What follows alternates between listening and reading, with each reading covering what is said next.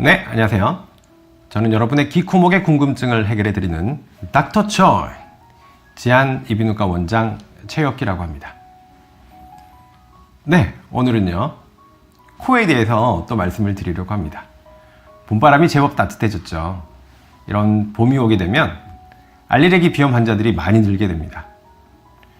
알레르기 비염은 사실 체질적인 문제여서 쉽게 완치가 되지는 않습니다.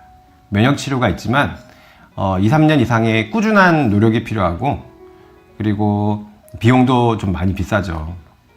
그래서 대부분 먹는 항히스타민, 점막 수축시키는 슈도에페드린 성분의 약을 복용하면서 버티고 계실 겁니다.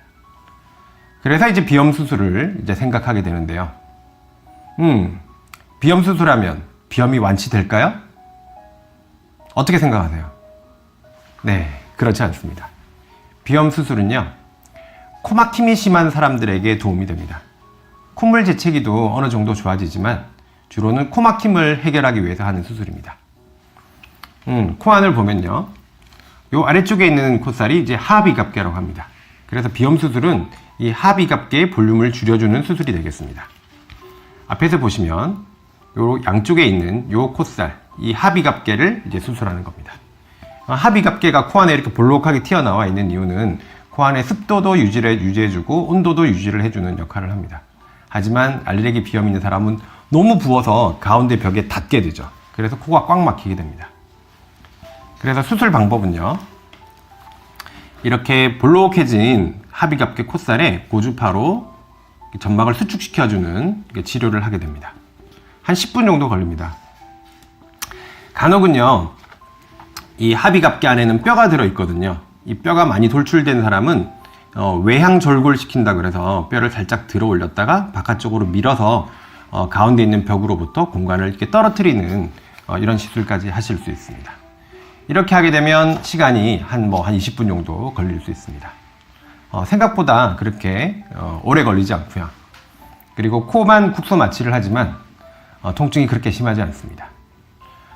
수술 후 관리는요, 수술한 그 당일은 코 안에 이제 보통 심지를 넣어놓습니다. 보통 하루 정도 이렇게 넣어두고 그 다음날 와서 뺍니다. 그러면 이제 코가 뻥 뚫리게 되죠.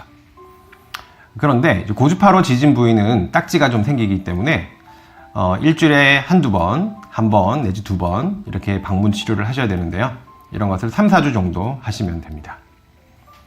그러고 나면 이제 코로 숨 쉬는 것이 훨씬 편해지게 됩니다. 물론 콧물 재채기도 어느 정도 좋아지니까 아마 수술하시면 많이 편해지실 겁니다. 그러면서 이제 딱지를 없애기 위해서 이제 코 세척도 병행을 하시면 상처 치유에 굉장히 도움이 될 수 있습니다. 알레르기 비염 너무 힘들어하지 마시고 수술적인 치료도 한번 생각해 보셨으면 좋겠습니다.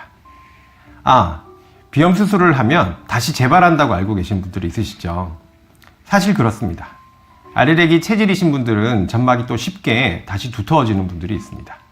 그래서 어느 정도는 그 수술하신 선생님이 알레르기 환자의 그 비염의 정도 이런 것을 잘 감안해서 아주 심한 분들은 점막을 좀 깊게 많이 지지고 코 뼈도 어느 정도 쪽 모양을 변형시켜서 코가 시원하게 뚫을 수 있도록 감안해서 수술을 하시면 재발도 크게 걱정하지 않으셔도 됩니다.